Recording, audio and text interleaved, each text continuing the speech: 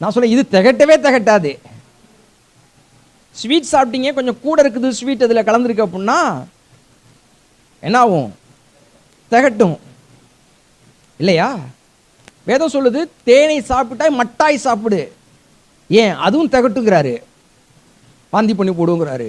நான் சொல்றேன் தேன் வேணா திகட்டலாம், ஸ்வீட் வேணா திகட்டலாம், எந்த பலகாரம் வேணாலும் திகட்டக்கூடிய அளவுக்கு செய்யலாம். ஆனால் கர்த்தருடைய சமாதானத்தின் உடன்படிக்கை என்பது திகட்டாது. இது திகட்டவே திகட்டாது. எவ்வளவு வேணாலும் சாப்பிடலாம், செழிப்பை எவ்வளவு வேணாலும் சாப்பிடலாம், எவ்வளவு வேணாலும் அனுபவிக்கலாம், ஆசீர்வாதத்தை எவ்வளவு வேணாலும் அனுபவிக்கலாம். இதை அனுபவித்து கொண்டே இருக்கும்படியான ப்ராசஸ்.